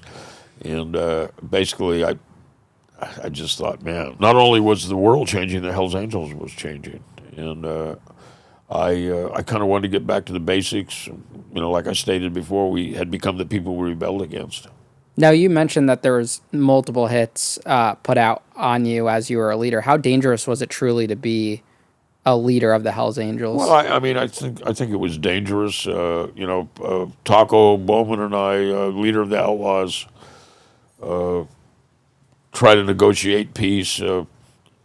He received a lot of flack from a guy, Spike O'Neill. He was an upcoming guy in the Outlaws, and Taco succumbed to the pressure. I mean, he wound up putting a murder contract on me. Guys came to Ventura to kill me. Police had to tell me. Police came to me and said, we have a moral and legal obligation to tell you there was a legitimate attempt on your life, and this is what transpired. Apparently, they didn't come just once, but I was told they came twice. First one was a recon, and then the second time they were there to do something. They had a gun. They got caught with a gun and a map and pictures of me. I was kind of pissed off about it because I had been negotiating with Taco. In the middle of these negotiations, there was a murder contract on me. So I took offense to that, and I made a trip back to Chicago and went to a meeting and basically told them if they came back to town without notifying me ever again that there would be severe retribution. And I threatened them, said I would kill them, whoever came, I would kill them, I would kill the wife, I would kill the children, I would kill the dog, I would kill the cat, and on the way out I would overfeed the fish. I think they got the point. I was really upset. I've said that before in public, and people have said, that's ridiculous. How could you go after somebody's family? Well, they had a map to my house. They were coming to my house, and I'm not sure they were going to distinguish who I was or who was laying next to me or sleeping in the next room over. So, yeah, that was a real attempt. I understood the Mongols were after me. I never felt threatened by the Banditos. I had a good relationship with them. George Weggers and I, the international leader of the Banditos, became very good friends. We became very close when we were negotiating the peace for the Nordic Bike War. Are you familiar with the Nordic Bike War? In the Scandinavian countries, it was a full-on war over there between the Hells Angels and the Banditos. George Weggers and myself tried to keep it from bleeding into the United States. Wound up getting special visas for a Bandito leader and a Hells Angel leader to come into the United States. They were both banned from the United States. The Hells Angel had committed a double murder, and he had just returned from prison, but he had a lot of clout. He was very powerful. And the Bandito leader, I don't know what his crime was, but I know he was a felon. And the Scandinavian government petitioned the American government for special visas to come in, so George Weggers and I could negotiate with the our European counterparts to hopefully resolve the war and put an end to it. When there's wars with rival clubs, are there things that are off limits, like women, children, family members? Well, you'd like to think that that's so, but the Banditos shot a rocket into the one of the Hells Angels clubhouses in Denmark, and a woman got killed.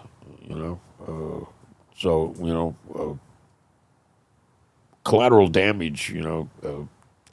Is collateral damage. You have no control of it. And I know when the war in '77 started with the Mongols in California, that was one of the things I professed to everybody. I had just come out of the Marines. I worked for the Department of Defense. These guys want to start placing bombs all over Southern California. And I said, what about the collateral damage? Well, there were actual members that didn't know what collateral damage was. And I wound up, I made such a stink about it.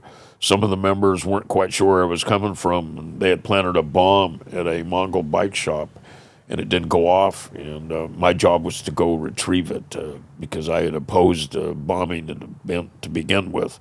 Old Man John sent me there to prove that I was loyal and that I was also dedicated to the club. So I went there, removed the bomb, and we had a place in town we called the Armory, and we had 2,000 pounds of dynamite in there. We had an anti-tank gun, a British anti-tank rifle, recoil rifle, a lathe. We had a bunch of silencers. We had machine guns. It was like an armory, and I had to go retrieve that live bomb and then take it back to the armory and place it with the rest of the dynamite that was still in our control.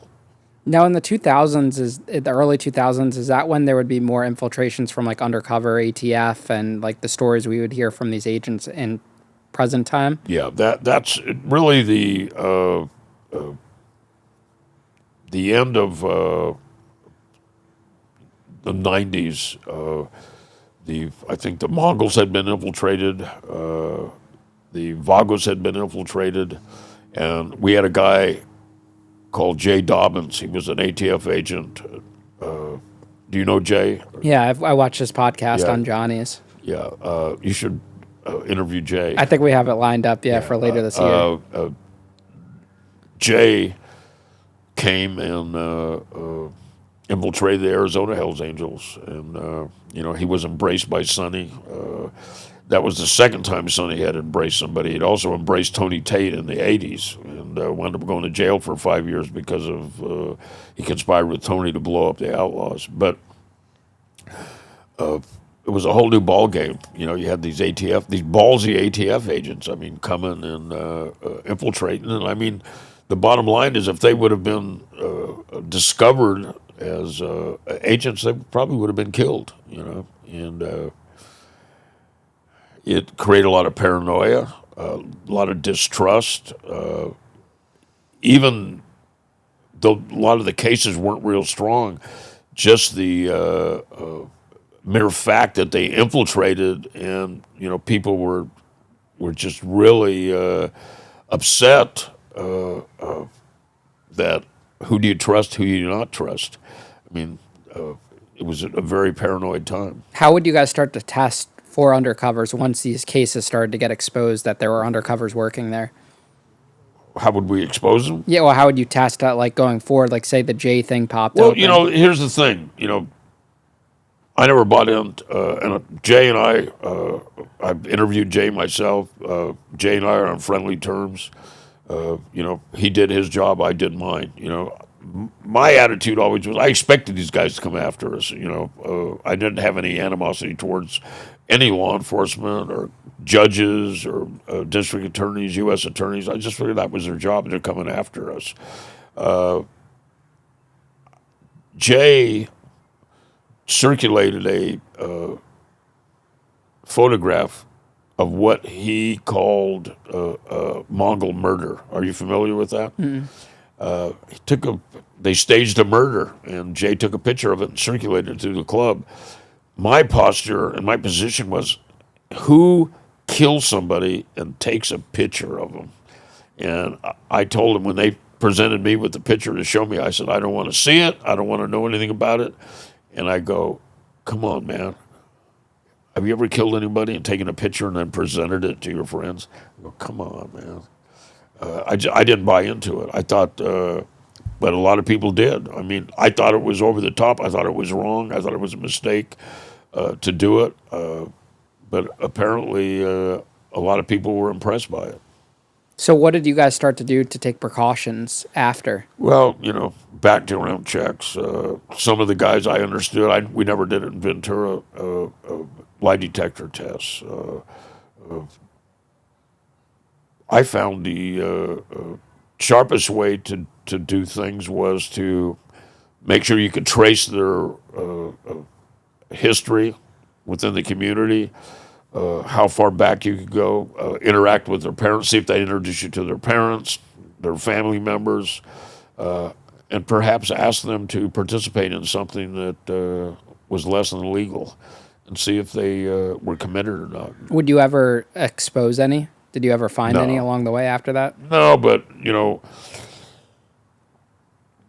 my suspicions of people that flipped turned out to be true. There were several guys in the club that you saw a definite issue with them, and one of the things I used to do is we had like a high-powered attorney in Los Angeles, and if it was a real serious case, we'd offer to pay for their legal fees, and the lawyer would certainly alert me if they were going to make a deal with law enforcement.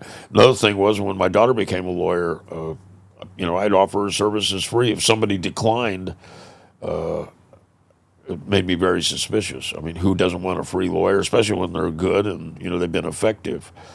Little telltale signs like that. How many corrupt officials were you working with? Cops, judges, anything like that?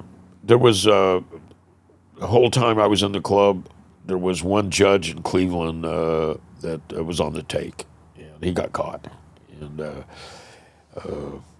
it was Operation Greylord, and he got caught with his stupidity. He went up to an ATF agent that was trying to look like a Hell's Angel hangaround, and the judge was complaining they didn't pay him enough on the last case he fixed, and that opened the door to an investigation. He wound up he got disbarred, lost his judgeship, of course, and went to prison. What about cops?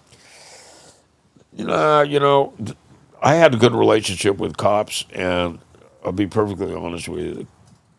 They never asked me anything inappropriate, and I never asked them anything inappropriate. We kind of had an understanding. I respected them; they respected me. People say they had cops on the take. I don't believe that out here in California. Perhaps maybe back east. I know that they say there's a lot of corruption and whatnot within departments. That might be something you could address with me. Is it true? A lot of police on the take back east? Not from what I've heard. I mean, maybe you hear about like the mob stories, Yeah. But nothing that I've experienced. I think that's a fallacy. I don't believe it's true. I think you have more corrupt prison guards than anything. Yeah, I think you got a lot of corrupt prison guards. I experienced that myself. I think the temptation's there to smuggle that stuff in, and I think they make lousy pay. The prison guards. What's a prison guard get a year? $35,000-$40,000. Now it's much more. Is it? In the feds, they're starting way higher. Are they? Yeah. But I know back then it wasn't much, and very tempted to bring in some dope, some cigarettes, or whatever. I think when I was in Texas, I think packs of cigarettes were going for like $700. I don't know if that's true. I never got involved in any of that stuff. What was your experience with a corrupt prison guard? Just you could tell the guys that were involved with the prisoners. You could tell by the relationship they had, how they conducted themselves. Some of the I never had them do anything for me. I didn't trust them. Now, you were in leadership before social media and when social media came to existence. Correct. What was the biggest difference, would you say, when social media came to fruition? Well, I think people suddenly thought they somehow had a relationship with you. I remember when I had a pretty good social media presence on Facebook, and then I left the club, and then suddenly I was an outcast. And, these people that had never probably stepped foot in a Hells Angels clubhouse, never been on a Hells Angel run, never interacted with any Hells Angels, suddenly they were judging me and condemning me. And I'll tell you, if we would have been face-to-face, they wouldn't have done that. But at the keyboard, it's very easy to type out those derogatory remarks. Tell us about your decision to leave the club and what that was like? Well, it was a couple of years decision, and I basically got to the point. I was constantly fighting with Sonny. He was breaking the rules. He had signed $1 million contract with Tony Scott to receive money for a Hell's Angel movie. The Hell's Angels received nothing for it. He wrote a book, which was fine. It was his story, but he made a deal with the club. He was supposed to give the club. He never paid the club any money. He just broke the rules, bent the rules as he encountered them, and I finally reached a point in time, like I stated earlier. We had become the people we rebelled against. We weren't outlaws anymore. We had all these strict rules we had to go by. The rules got so strict that when I quit the club, I was accused of not going by the ex-members' rules. Well, who in the fuck follows ex-members' rules? I'm not in the club anymore. I'm not following any rules. That was one of the reasons I left. I've been following rules for 40 years. And I decided I wanted to get back to the roots. But, people that Sonny wanted a guy back in the club that had testified at a grand jury against Hell's Angels, and he was willing to overlook that because I had said the guy was no good. It wasn't about right or wrong. It was about Sonny having more power than me. And I just thought that this just isn't worth it. And I had reached a point in time that if I had stayed in the Hells Angels, it would have strictly been for my ego. Because it was a big deal stepping away from that lifestyle. I was, very powerful in the outlaw motorcycle culture. And then suddenly I walk away. That was my whole identity, the Hells Angels. And, it's been since 2011. And, I've tried to remain, and I embraced my independent status that I had before I joined the Hells Angels. That's where I'm at now. I tell these stories.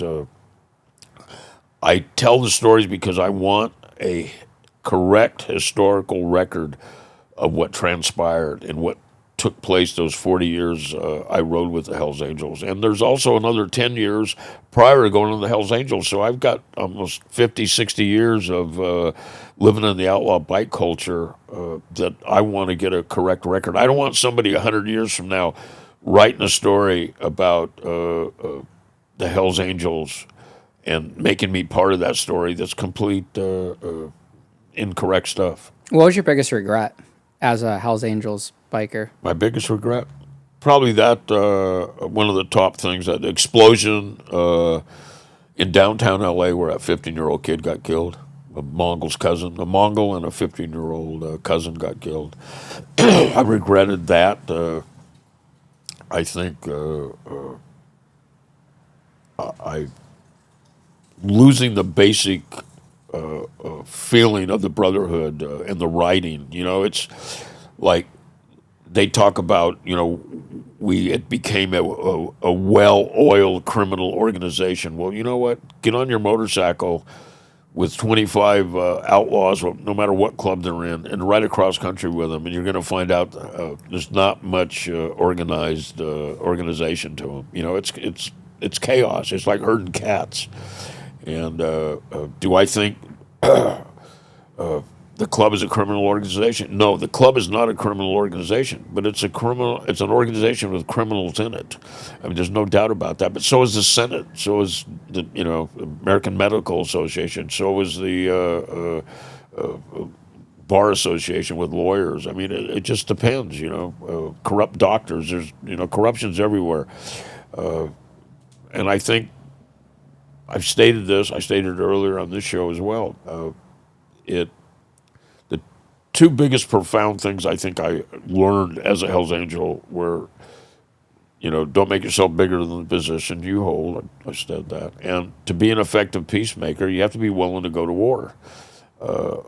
That's one of the things I think that helped me, and people listened to when I talked to them because they knew my history. I mean, I came out of that war with the Outlaws and the Mongols, and I had had enough, and I earnestly, seek peace. But my biggest regret are Hell's Angel brothers that were killed by other brothers. The biker on biker violence. I mean, why are we killing outlaws? I mean, it's ridiculous. We all share the same values: motorcycles, brotherhood, want to have a good time. A lot of people don't agree with me, but I'll tell you that movie, The Bike Riders, is very, very profound. The Mike Nichols, the director, I think he was the director. He corrected. He somehow captured the correct transition of the club as it made a change from a bunch of guys riding motorcycles and having fun into something more sinister and more criminal. And he really captured the transition. There's a point in that movie where these guys go to a party, and this happened to me as well. They went to a party, and the club had expanded and gotten so big, they didn't know who these people were at the party. They were brothers, but they didn't know who they were, and they wound up having a beef with these guys because of how they were treating somebody. And I think that's what we started experiencing. I end my new book, Crossing the Rubicon, and I talk about the pizza ovens. And the pizza ovens, when I came back from prison, that's when I heard that Sonny was really mad. I was doing the Outlaw Chronicles. I had written a book, and there was really a movement to silence me. And I was warned by, people in the club were not allowed to talk to me, but they did. Sonny had his people that supported him, but there was also a faction of people that I had interacted with over the years, and they communicated with me. And there was a movement in the club. They killed 4 Hells Angels within a couple of year period, and cremated them in a pizza oven. And that's I talk about that, and that's how my book ends. And that was one of the things that really made me feel I made the right decision to leave the club. I mean, the violence on violence to brothers it's not what this club is all about. Now, you left the club in good standing, but eventually got marked in bad standing. That's correct. How did that make you feel when that happened after so much service and dedication to the club? I was hurt and I was pissed, but the guy that called me on the phone said, "Your status has been changed. You're out bad." And he goes, "I just want you to know we're not happy with you for leaving." And I said, "Okay, well, I want you to know something then." I said, "If you guys approach me, I'm going to assume you're coming to hurt me. So it's a 2 fucking way street, I don't want a problem with the club." I go, "It all comes down to this after 40 years." I go, "Okay, man." And that was my last conversation with anybody in an official capacity. What did that teach you in that moment about the moment of what you were fighting for about brotherhood all those years? Because that's what you defended the whole time, the concept of brotherhood. Well, what did that mean to you? I think it kind of made me think of some of Bob Dylan's lyrics, and to live outside the law, you must be honest, and I mean, that wasn't honest behavior. I mean, I didn't do anything to anybody. I didn't inform on anybody. I went to the meeting, which protocol called for, and I said, "I've had enough," and that wasn't good enough, They wanted to make me suffer more. It was all Sonny. I mean, people can say whatever they want. Oh, we were going to kick him out anyways. Yeah, coulda, woulda, woulda. I mean, I gave 40 years of my life dedicated, and that's the way you're repaid. I mean, it's not very attractive to people. A lot of people in Ventura left the club after that. They thought, "Man, this is the way they're treating George," because I didn't do anything. I just had enough and I wanted out. Did you feel in danger once you left? And does that feeling ever go away? I don't feel. I'm cautious. I watch where I go. I watch who I communicate with. I watch who I trust. I have a relationship. My wife Beverly, I've known her since I was 12. I trust her. I trust my daughter, who's also my lawyer, and I trust my 22-year-old son, Finn. You know, those are the people I trust.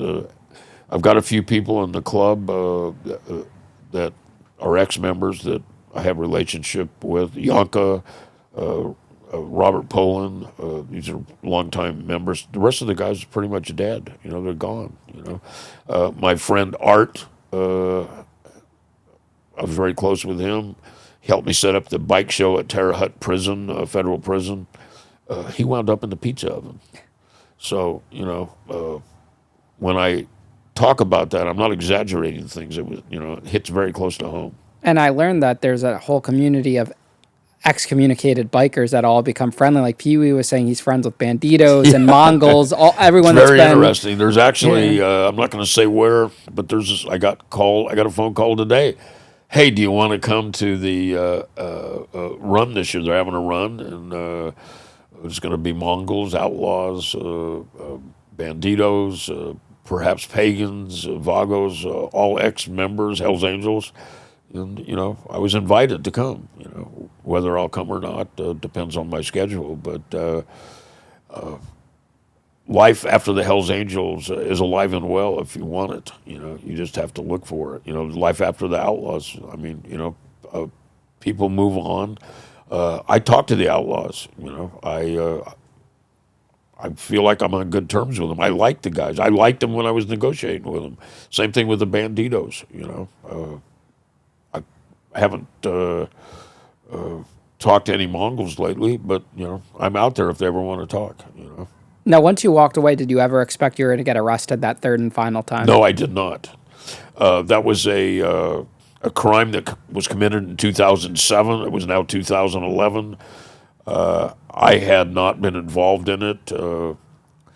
Their best witness told the grand jury, "Did George Christie tell you to firebomb the tattoo shops?" No, he didn't tell me, but I knew what he was thinking. That's in the testimony. And what did they end up charging you with? Well, it was 8 counts: interfering with interstate commerce, arson, 3 counts of arson, just really bizarre, you know, interfering with interstate commerce. It's because I interrupted a business with arson. And, you know, arson is a very serious federal offense. I mean, it holds a life sentence. And if you, so my daughter was negotiating the thing. She was one of the lawyers when they offered to drop the mandatory minimums of life, and I pled from 0 to 5 years. At almost 70 years old, it looked pretty attractive. You know, going to prison for the rest of my life was not something I wanted to do. Judge Wu sent me down to Judge Walter's courtroom along with the U.S. attorney and my attorneys, and basically said, you know, count 6, 7, and 8 as mandatory minimums of life, and if you get found in those, Judge Wu is going to be compelled to sentence you to life, and I don't think you want to spend your golden years in prison. And we made a deal. We walked back into the courtroom. I'll never forget Judge Wu. He looked at us, and he goes, well, they both look unhappy. We must have a deal. And we did, you know. And, you know, I gave a speech just prior to my sentencing. It was very dramatic. You know, the man law enforcement is pursuing no longer exists. You know, that's how I started out the speech. And basically what I did, it was a very short speech. At the end of the speech, I pled guilty to poor leadership. I wouldn't accept the fact. I said I did not order those fire bombings. And, you know, Judge Wu could have accepted. You know what the allocution is. They want you to make a statement in federal court. They wanted an allocution, but I would not admit that I ordered the fire bombings because I didn't. And there's no way I was going to. I had actually told the guys involved in it to stay out of it. I go, you're not in the tattoo business. What do you care? The tattoo business had changed. It was now all over television. Everybody had tattoos. The cops had tattoos, and I just figured, it was time to move on. And I ultimately, I sold my tattoo business. I sold everything out and moved on. And you still ended up doing a year in prison Still for that? wound up doing a year in Texas prison, yeah. But I sailed with the Banditos, walked the yard with the Banditos. I had fun. Do you think that made up for previous crimes you may not have gotten caught for over the course of your life? Well, anything I ever went to jail for was nothing I'd ever done. The things I did, I'm certainly not going to confess. You're not getting a confession out of me, if that's what you think. No, what I went to jail for, I had nothing to do with. And, it's ironic. And that's what Judge Wu said it. I mean, he goes, you're going to Texas for a year. I think Judge Wu realized I did not order those firebombings. But he told me himself in open court, because God only knows what you got away with. And so take the year, go do your time, and then enjoy the rest of your life. And that's what I'm doing. How different was federal prison from the first time in the 80s versus in the... Drastic. 6 people in the cell, 2-man or 3, really a 2-man cell. I guess it could be a 4-man cell. Initially, they were 2-man cells, and it had 6 people in it. I stayed with one of the leaders from the Banditos. We had a cell together, and we lived in the middle of the cartel guys. Nobody wanted a lot of cartel guys because we were on the border there. And, they had that prisoner exchange. The American prisoners would come from the Mexican prisons, about 40 pounds underweight, and then the cartel guys would go back to the Mexican prisons all healthy and sassy. And, like one of the cartel guys told me, he goes, as soon as I get up there, he goes, my people will pay $20,000 to one of the prison officials, and I'll get let out, and I'll go back to work. If that was true, I don't know. He seemed like he was sincere, and he seemed like he was happy to go home. So I figured he was probably getting out. Did you become a target in there because you were not a leader anymore at that time? No, like I said, I was hanging out with the Banditos. There was a lot of Serenos from the Southern California, the gang members. Are you familiar with Serenos? Yep. Yeah. The atmosphere was different, but I was still George Christie, and I walked the yard every day, and you know what it's like. I mean, you were also older. They probably looked at you kind of like an OG and perhaps respected you more. Yeah, for that. I never had a bad experience in there. The Hells Angels, I was told, asked some people to make a move against me, and they refused. They said, "Do it yourself. You got people in there." And there were no Hells Angels in that prison, but there were Hells Angel associates in there that if they really wanted to make a move on me, they could have done it themselves. What do you think hurt you the most about leaving something you were so dedicated to for all of those years? It was a big blow to my. It was a big blow to my ego. I'm not going to be honest. I'm not going to lie to you. I'm going to be honest with you. It certainly affected my ego. I had to come to terms with a lot of things. But I found out in the end, I'm still the same guy I always was. I was a loner for 10 years in the outlaw motorcycle culture, and I'm a loner. I wound up where I started. I'm a loner again now, and I'm fine with it. What's your life look like now since leaving and since prison that last time? Well, I mean, I've done several television shows. I've written 4 books. I've got my own little, Patreon going and my podcast going. I'm like a 80-year-old man living in outlived himself. I mean, the whole thing's amazing to me. I don't even understand, the social media. I'm kind of stumbling my way through it, but I guess I'm doing okay. Yeah, you're like my dad. My dad's turned 80 this year, and he's on Snapchat. Yeah, he'll communicate. He messages us more on Snapchat than text. That's funny, man. He learned you have to kind of adapt in this world. But yeah. I mean, I told you're doing a great job on your social media. And I appreciate that. And I'm a former Marine. I mean, that's what we do, man. We adapt. You have to. It's the people that you see it in so many small businesses. They're kind of still in the Stone Age. Yeah. With everything non-social media wise. Right. And you have to adapt into it. Yeah, I'm. I've got my wife Beverly and I do everything together. I answer people's questions every week. I try to do a little story on some different people that people may not know a lot about. I've been putting together a story about thunder. I probably shouldn't even say that because it's really weird. Every time I do a story, then 2 weeks later somebody comes up with the same story, and I don't know if they're I think they're probably have more money invested and they're a little bit more media savvy maybe than I. But I'm getting my following built up. I got a lot of people I feel are loyal to me. They enjoy what I have to say. I try to be honest. Don't try to make myself bigger than the position I'm holding. I'm being a smartass now. Now, you have almost 80 years of life experience. What do you think is like the top life lesson you want to share with the audience that you've taken away from your life? You need to set. You need to set a set of standards for yourself, and you need to follow them, and you need to adhere to them. You don't want to change them every time it doesn't suit you. You're going to run across obstacles, and you're going to go, I'd like to walk around that. But, the morality you set for yourself doesn't allow you to do that.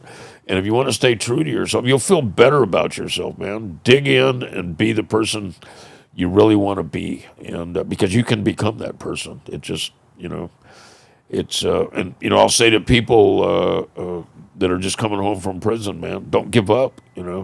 Look at you. Look at me. I mean, we're still moving forward. A lot of people come home and they just kind of throw their hands up and they think it's the end of the world for them. I was very disappointed. They make you take all these re-entry classes in the federal system, which they're ridiculous. They don't teach you anything. But I know when I came home, the probation department was really pissed off because I was doing the Outlaw Chronicles, and they wanted to know how much money I was making, how much money I was going to give them, and that isn't there a law that I shouldn't be able to profit off my criminal past? And I sat there and I listened to the supervisor and 2 or 3 probation officers browbeating me. And at the end of the meeting, I said, I just find this ironic. I said, I've been back 3 months now, 4 months, and I go, you guys haven't once asked me how my reentry was. I said, because you don't give a shit. All you care about is, are you going to get your cut of the money from Outlaw Chronicles? That's all I cared about. Do you look at yourself as a criminal? I look at myself as an outlaw. I think there's a difference. People confuse the outlaw with the criminal. And I think sometimes outlaws are pushed into criminal acts because they want to get by. I mean, I'm certainly not going to let my family starve, but I'm blessed. Things have been working good for me. I'm on my 4th book. They've been successful. I've successful TV shows. I give lectures. I've gone as far away as Hawaii and give lectures to corporations and whatnot. Spoke at the Monterey Naval Academy on leadership. I mean, I've really been lucky. But I don't. Do you consider yourself a criminal? I would say no. No, I don't consider myself a criminal. I'm